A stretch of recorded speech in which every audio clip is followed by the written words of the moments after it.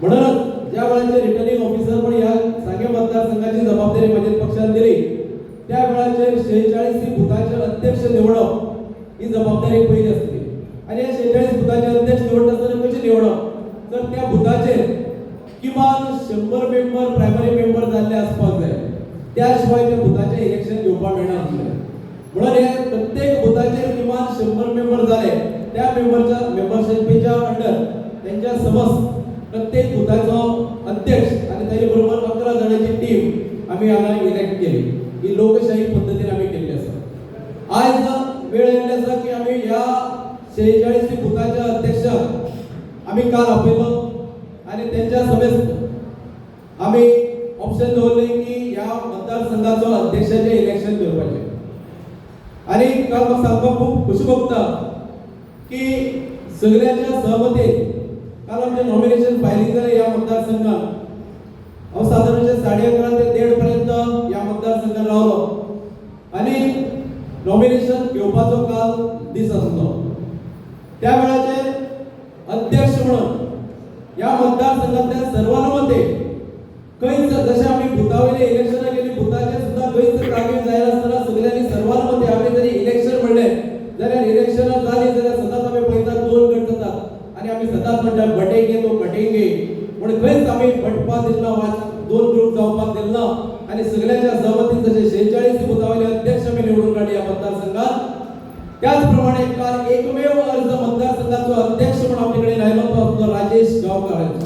हांव तुमच्या आधाराचेर सगळ्या मावळ्यांच्या आधाराचेर प्रत्येक पावटी वा मतदारसंघात भरारी घेवपाची हांव प्रयत्न करतलो. तुमच्या सगळ्यांच्या आधाराचेर मतदारसंघाचो अध्यक्ष हो एक सर्वेसर्वा आसता.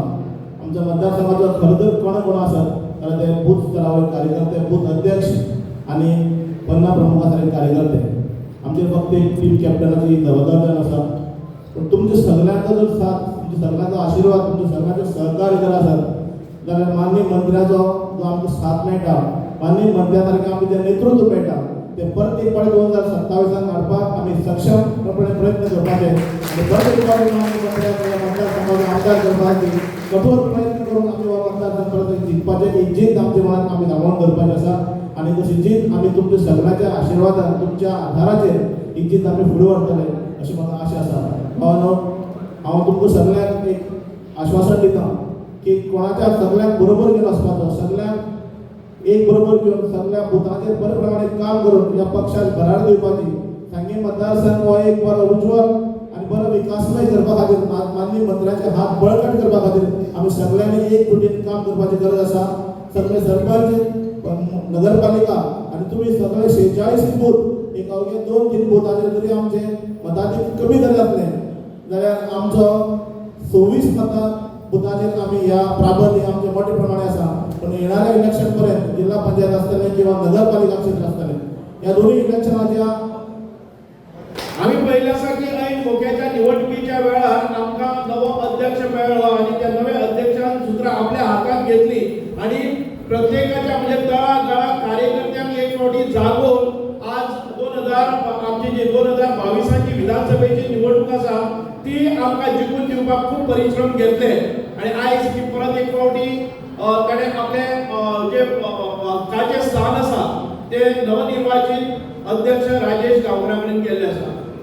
आमच्या बायो भांडारीन अत्यंत बऱ्या तरेन सगळे कार्यकर्त्यांक बरोबर घेवन दीस रात पळयनासतना खूप कठोर परिश्रम घेतले आणि तातूंतल्यान एक व्हडलें जैत आमकां ह्या मतदारसंघात मेळ्ळें. आणि आमचे सरकार गोंय राज्यांत भितर आयिल्लो डॉक्टर प्रमोद सावंत आज आमच्या ह्या मुख्यमंत्री जाल्लो आसा आणि तांच्या मुख्यमंत्र्याच्या ह्या कारकिर्दी भितर म्हाका एक मंत्री जावपाचे एक भाग्य लाभलें. हाजे खातीर ह्या सगळ्या कार्यकर्त्यांनी खूप परिश्रम घेतले, मेहनत घेतले